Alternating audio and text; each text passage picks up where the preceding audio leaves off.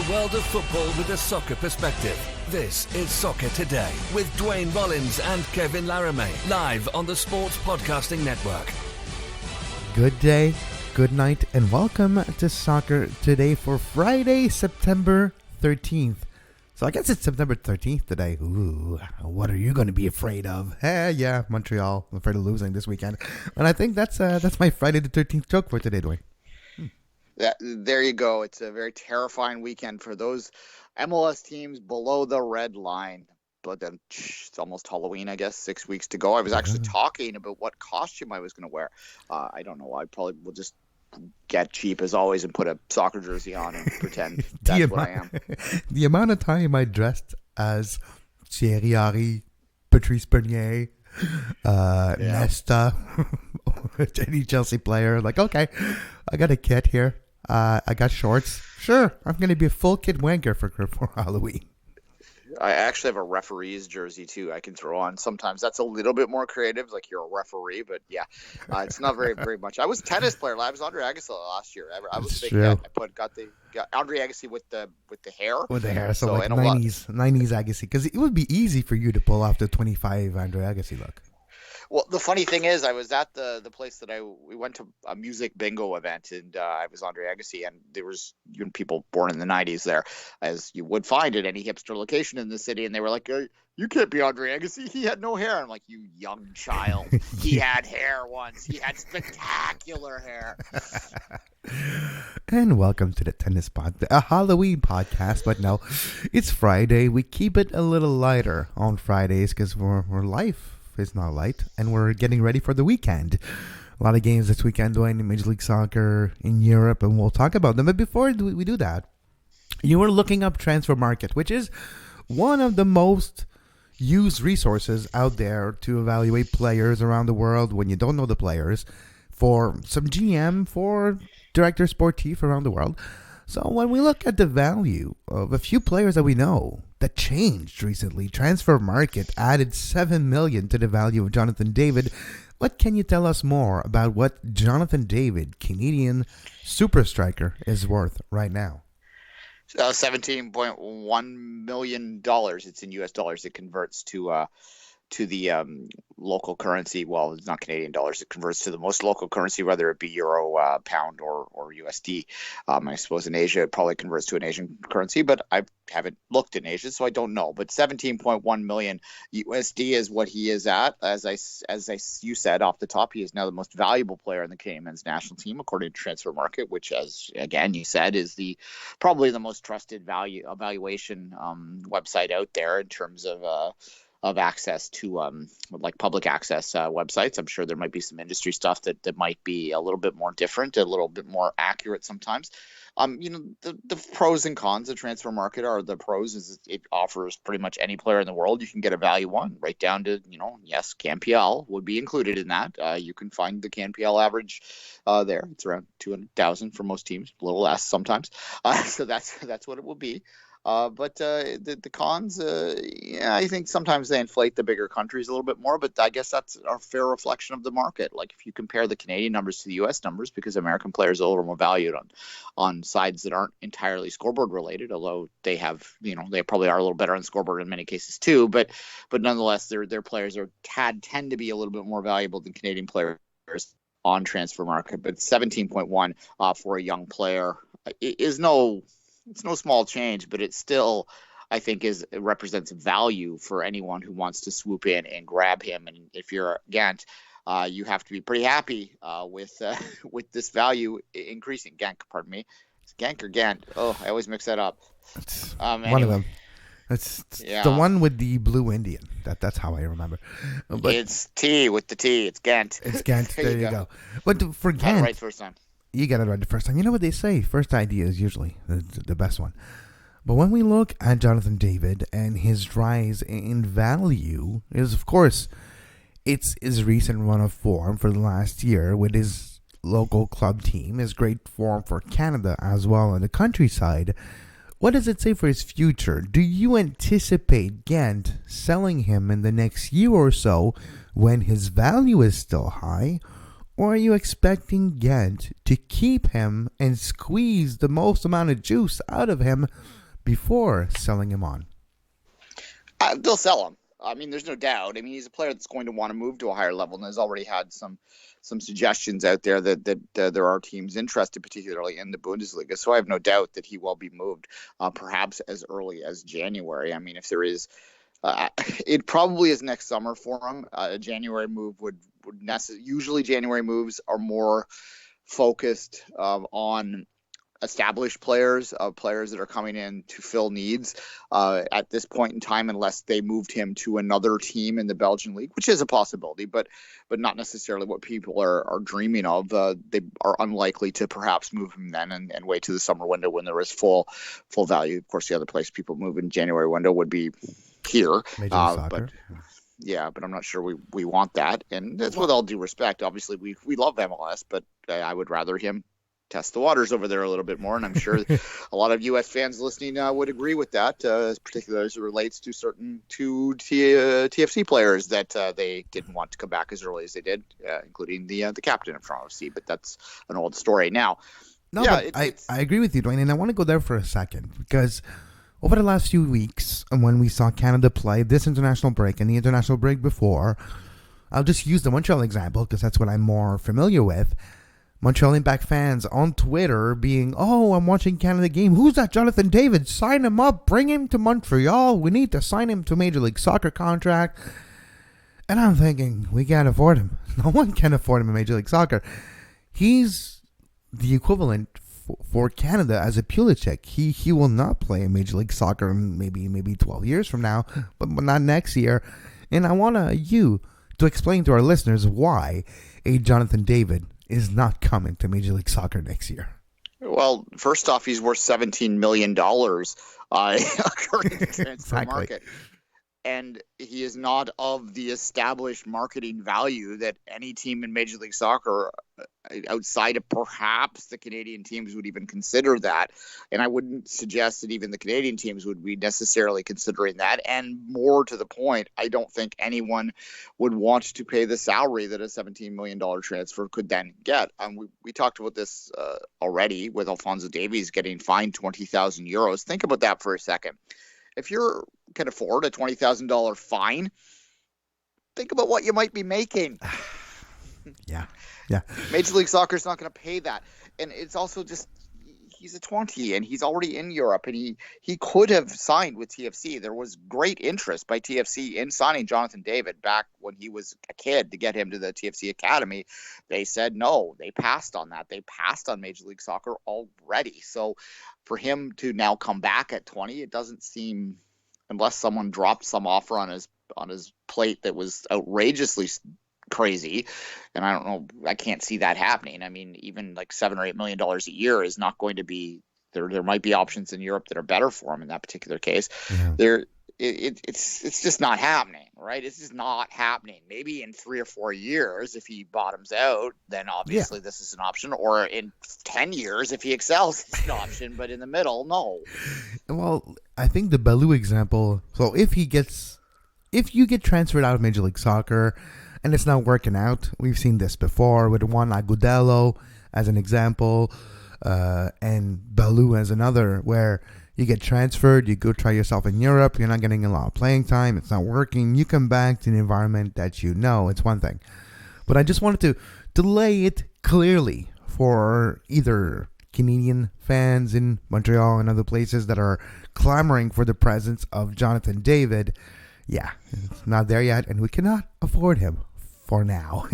Yeah. So. I'm not sure, quickly before we move on, I'm not sure that information that TFC did reach out to him is widely known, and it's sort of spoken openly in Canadian soccer circles. But yes, there is, by all accounts, Toronto FC approached the David family while he was still in Ottawa to see whether he would be interested in coming to the TFC Academy, and they politely declined because they knew that they had options in Europe, and obviously it was the right decision for him. It was the right choice, that's for sure.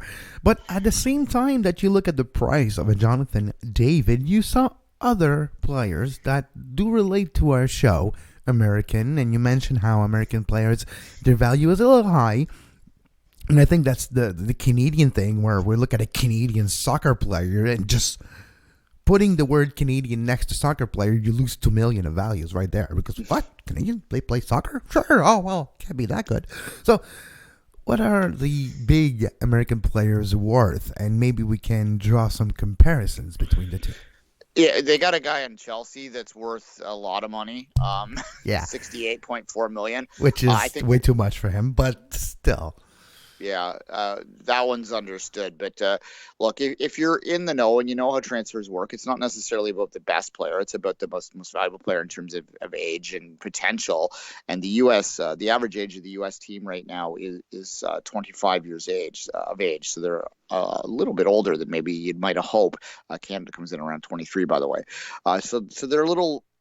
Some of those players are undervalued, but undervalued from maybe where you think. But in terms of other players that really are standing out and might make moves, Weston McKennie is the other one, only 21 years old, central midfielder, 21 years old, playing in Germany right now, worth 22.8 million. Obviously, he's a player that's going to be key for the U.S. moving forward, and probably will make another move to a slightly higher level. Another player I'm not too sure because he's 26, playing already at a pretty decent level in Wolfsburg, is John Anthony Brooks, injured right now, but 17.1 million. So he's worth, according to Transfer Market, the same as Jonathan David. So a little perspective for Canadians heading into the games against the U.S. I would take Jonathan David above John Brooks, but that's just my, bias because I've seen David play more. But it does give us a little comparison because the number is the same, but I would think the value of David is a bit higher, but that's just me. Well, one's 26 and probably at his highest level, right? Wolfsburg is a very, very good level, very, very good team, third place in the Bundesliga right now, a historic team right there. And, at 26, you're not going to get any better, really. If you're talking about trading, I think Canada might consider a trade for John Anthony Brooks, being that he is a defender. But nonetheless, here. We can't do that. So USA take Kaylee Humphries in the bobsleigh world. Take her and give us John Anthony Brooks. I'll take that deal. We're getting some strange fantasy sports here now. Yeah, well, that's because it's a 5-ring story that broke this morning. We'll talk about it next week on our other show. But I'll take a defender, whatever their name is. They're worth it. We need defenders. Yeah, there you go. For those that hate Will Trapp as the U.S. men's national team, he would actually be the third highest valued player on the U.S. men's national, on the Canadian men's national team if he were to be Canadian. Third highest ranked player. Quick, I think, did I tell you, Kevin? Because I was going to ask you quickly off the top of your head whether you could guess. No? Nope. Borean is the third highest. Yeah, he's about 3.4. So he's playing every year in the Champions League as a goalkeeper, starting goalkeeper. That has its value. Yeah, it was $3.4 million, and that's the value of Transfer Market. Now, obviously, Transfer Market's a bit speculative, but they also use past sales, age, a whole lot of factors that are probably proprietary that we don't know. And it's a fun little site if you don't know. Most of our listeners would know it, but if you don't know it, it's Transfer Market, but it's spelled that hip kind of way that everything in the internet was spelled about 10 years ago. So it's no vowels. Yeah, no. So there's the E is missing. It's just KT at the end. So there you go. Oh, that's so cool. I love it when they know I don't. On that note, it's Friday. It's halfway through the show, and it's time to look ahead at the weekend. And of course, there's a lot of games in Major League Soccer. We'll finish with Major League Soccer.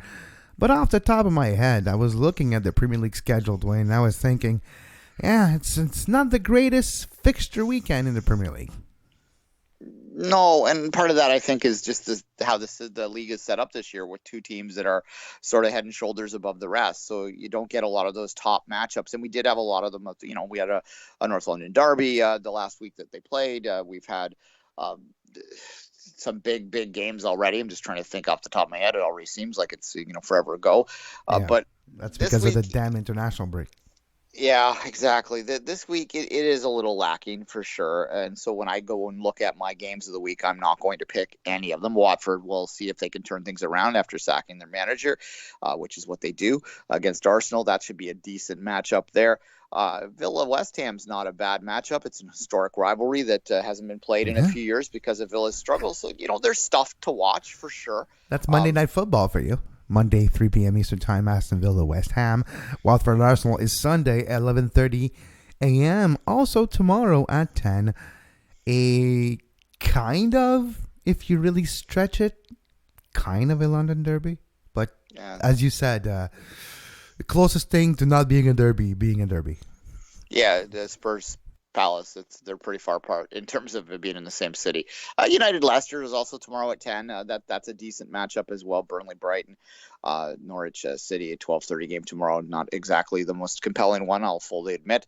I wish that I'm torn because my game of the week, Kevin, and maybe we'll just segue here, is also at 12:30 tomorrow, but it's in Germany, and it is one heck of a game. If you've been watching the German league at all this year, and you know that Bayern Munich, although still at the top of the table, has not looked like Bayern Munich of past, and RB Leipzig, controversial as they may be, has looked quite strong, and those two are playing at 12:30 tomorrow in what should very much be a predictor, a indicator of where the strengths in the Bundesliga truly are going to be this year. So that, Kevin, is my game of the week. If you only can watch one game, I would choose to find some place that has Sportsnet World or plunk down your $25 and go check that one out because it should be a fun game.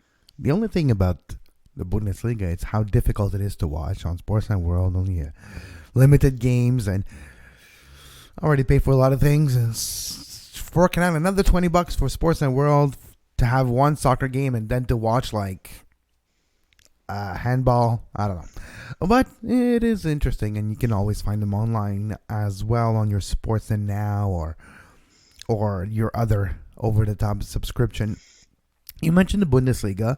There's, of course, it's one of the top leagues in Europe this season that could be a bit more open than anticipated. We'll see if Bayern Munich runs away with it, like always. For me, Ligue 1, so the French first league, is very close this year, and it's going to be close. PSG, 3 games, 3 wins on top of the league. But Rennes is second, the same amount of points that PSG, and they're facing a team that is lower in the table in Brest this weekend on the road. But with the win, Rennes would continue to be on top of Ligue 1, equals with PSG. PSG is playing Strasbourg, so there's a very high probability PSG will get the win. But if Rennes continues to push PSG on the top of Ligue 1, it will be interesting because we expect this year to be a 2 to 3 club race, with Marseille probably being involved and Montpellier. But so far, Rennes is playing the spoiler game by being an unexpected league leader. So Rennes and Brest and Rennes tomorrow at 2 p.m. Eastern Time is my game of the week. I don't know whether people are suggesting that Ligue 1 is going to be more competitive than in the past years because they're just bored of PSG and they don't like PSG, or whether there's something legit happening there. As you say, they started just fine, so we'll have to see. But certainly there are some compelling teams there. Lyon has looked good in the past little while. Rem, as you say, there's a lot of good soccer there. It's a decent league to watch. It is on would it be BN now? So we used to be able to get it on DAZN with the money that we already spend, but unfortunately, it's on my TV on BN Sport. But there's another way to watch Ligue 1 as well, and I'm not sure if this works this year. It used to work.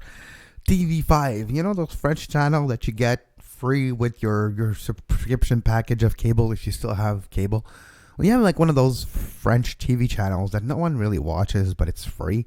Usually they put soccer games on. So sometimes you can have Ligue 1 games there. So if you can handle yellow, because that's the only thing I really hate about Ligue 1, Duane. It's the yellow referees and the yellow signage of the sponsor everywhere.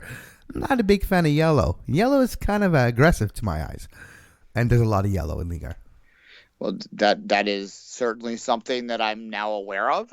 So I will keep that in mind moving forward. So Dortmund's not really your thing, I get. That's fine. If it's a color of a team, it's fine. But like when I see the ticker in the bottom of the screen is yellow, the sponsor ads are yellow everywhere in the stadium, the referee's wearing yellow, and then you see Nantes playing and dressed in yellow, like, okay, it's enough. It's enough yellow.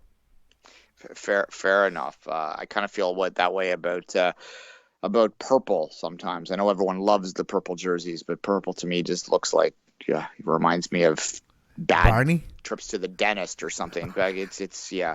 Okay. There you go. I love you. You love me. Okay. Enough with Barney. And now our bread and butter to finish the show, Duane. And it is an interesting weekend in Major League Soccer. Some games that will have some playoff implications. Teams that have played midweek playing again. Example, the weekend starts in Major League Soccer with NYCFC San Jose tomorrow, 12:30 p.m. Eastern Time. NYCFC did play Toronto in midweek. San Jose played as well midweek. Matias Almeida was suspended for the game against Real Salt Lake, Duane. He watched that game in the lobby of the Rio Tinto Stadium with fans and everyone passing behind him, just there sitting on his chair watching the game. Well, occasionally he got kicked out. He sat down in seats that he did not own the rights to, and then fans just kicked him out. And I was thinking that's kind of funny, I guess. Like, who are you? You're in my seat. Oh wait, you're the coach of San Jose? Get out of here. Should have went to the supporters section. Then he wouldn't have had a seat because it's, I assume, general admission, as most supporter sections are. But anyway, nonetheless, that was kind of funny. It's very MLS. I've certainly in the past seen some people in the stands at BMO Field who were just sitting there anonymously, and kind of you look at them and they look back and sort of look at you again and go, please don't say anything, and then you don't, and then they kind of give you a nod of appreciation for that. But in this case, he was found out, and he's kind of hard not to be found out. He's a very distinctive looking gentleman. So, it's the haircut, right? The haircut mixed with the suit. You're like, yeah, you're the professor. No one else this could be. Yes, exactly. But that's kind of funny, and unfortunately for him, it wasn't the best result that he was watching either. But no. Yeah. Well, we'll look at the standings before we finish the show. But the first game tomorrow, NYCFC San Jose, then Chicago FC Dallas. It does have playoff implication for the Western Conference. Chicago is still maybe a bit too far at this point to hope for a playoff spot. Atlanta Columbus. Can Atlanta continue on the run of form they are on? And can Atlanta continue to push NYCFC and Philly to get a chance at getting a bye in the first round of the playoff from the Eastern Conference? And then, of course, the next game that you're going to mention is someone's got to win it based on their form. Derby between Montreal and FC Cincinnati. That's got to be, we use must win, a little cliche sometimes, Kevin, but it's got to be a must win, right? It's a must win for Montreal. I think they need to win 3 out of the last 4 games they have left to play. And FC Cincinnati is a must-win. You do not win tomorrow versus FC Cincinnati, I do not believe you have a shot at making the playoffs. Montreal needs to win out or win 3 out of 4, and they need to expect for favorable results. Like Orlando beating New England is a result that Montreal needs. Like the other games we'll get to later, but there is some help that Montreal will be needed before getting a playoff spot. Yeah, well, Cincinnati's had one of its last 27 points they've achieved. So, beyond playoffs, this is just a team that is not good right now. Sure. Not good, historically bad. So you know what that's going to do, right? You know how Major League Soccer works, and you know Montreal usually. So Cincinnati is going to come to Montreal and win 2-0 tomorrow. Okay, well, I'll have to put some money on that and see what happens. That's how MLS works. There you go. No, it's look. I was on Sirius yesterday with Jason Davis, and I was talking about playoff hopes. And at this point in the season, if you are more than 3 points in above that red line, you've got to feel pretty safe. It is very difficult to make up points this late. So yes, Montreal cannot afford to fall any further behind that line. The teams that are above it, that are more than 3 points above it, they don't want to fall below that threshold. That would include obviously TFC with the game against Colorado on Sunday, Kevin. I agree. Philly LAFC, a game tomorrow as well. And the last game on Saturday, Vancouver Whitecaps versus the Houston Dynamo, which brings us to Sunday, a busy Sunday in Major League Soccer. 5 games, Portland, DC. So if you are a team in the Eastern Conference looking for a playoff spot, Portland is a team you cheer for because they need to beat DC United to make it a muck out of the standings in the East. Toronto, Colorado, Robin Fraser on his return to Toronto to face his former team, still unbeaten as manager of the Colorado Rapids. And the Rapids actually at 1.6 points per game since they fired their manager earlier this year. I can't believe you just flipped over the quote-unquote possible MLS Cup preview, Philly LAFC. Everyone else is talking about it, so maybe it's fine that we don't. Exactly. We're contrarians here. I like to talk about other games, but no, go ahead. Yeah, well, I was just going to say, obviously, Philly with the big win over Atlanta a couple weeks ago now wants to have another sort of marker. We've talked a lot about Philly actually more than ever before, probably combined more than the other 5 years total, which, is because Philly wasn't worth talking about for the other 5 years. But, for the last 5 wins, big win over Atlanta, opportunity against LAFC, who suddenly has gone 3 without a win. After they sort of, I think they blasted through. They've got the Western Conference, but you don't want to get on too bad of a form heading into the playoffs. No, because it's one game, right? If you're going to need 30 minutes to get your rhythm back into one game, it might be 30 minutes too late, and you might have conceded one goal. You might lose that game. So, yeah, well, especially in the playoffs, where as we know all too well, the referees decide to change the rules. So you might not get away with stuff talent-wise that you did in the regular season because suddenly the defender making $60,000 a year is allowed to just chop down your best player with no foul. So, we'll continue. We'll have that conversation in October angrily when we confuse ourselves and why Major League Soccer wants its most important games to be hack fest, but different topic for a different day. Although I just made it a topic now, but we can move forward. Minnesota United, Real Salt Lake, Minnesota can continue on their good season, the best season ever for Minnesota United. Not hard, but their best season ever. In MLS. In MLS, obviously. Well, duh. But yes. Okay, well, they had an existence before, so yes. Yeah. But Real Salt Lake. So in Minnesota, that's a 5:30 on Sunday. Seattle Sounders, New York Red Bulls. That one's interesting too. The Red Bulls need to put a few points together because it's so tight in the Eastern Conference. If anyone gets on a run in the last 4 or 5 weeks, nothing is guaranteed in the Eastern Conference. But Seattle at home is the favorite. And the weekend finishes with LA Galaxy Sporting Kansas City. Come on, SKC. I know you're not going to win MLS Cup. You're not going to fulfill my prediction this year once again. But if you can beat Zlatan, if you can beat you can put that one more nail in their coffin. That's something, I guess, yeah. And that would be called karma. So karma is rooting for you, SKC. There you go. Look, the West is still insane. SKC, most people are counting them out after the results of the last week. And it does, they remind me a lot of TFC last year, where it was like, surely to God they're going to turn it around. Surely to God. Oh, wait. They're not going to turn it around. Wow. They're going to miss. That's kind of SKC. And what do they share? What similarity do they share? What did they both play fairly deep in? Mm-hmm. Oh, yeah, the CONCACAF Champions League. If MLS wants to have its team compete in that competition, they are going to need to address that because 2 years in a row is getting into the trend sort of territory where it is not an excuse, it is a reality. And with the thin lineup, particularly Toronto had less of an excuse because they, were pretty deep and they did have some high power. But SKC does rely on a Moneyball kind of full roster approach, and to go through that grind that early in the season, it sets you up for injuries because you are pushing yourself to a place that you're not supposed to go. Well, that you're not ready. That you're not ready for, right? You're not ready for that type of pace of game, and you do. But that will be. There's no specific answer to that problem in the future for larger roster sizes, but yes. Well, larger roster sizes and fewer amount of games in the CONCACAF Champions League. I think that's what we're seeing from Major League Soccer teams now with the new format of the last 2 years. But I don't think all those things are coincidental too. So we'll see. But larger roster size, of course, 3 more players will make a big difference. And maybe in the future, if the true goal of winning the CCL for a Major League Soccer team, maybe 3 roster player, 300,000 of allocation or something could be given to teams that go deep in the tournament. Yeah, this is all assuming that the MLS teams play in the CCL next year, and that assumes that they have a CBA in place or an agreement to play in the CCL. But we can talk about that in the offseason.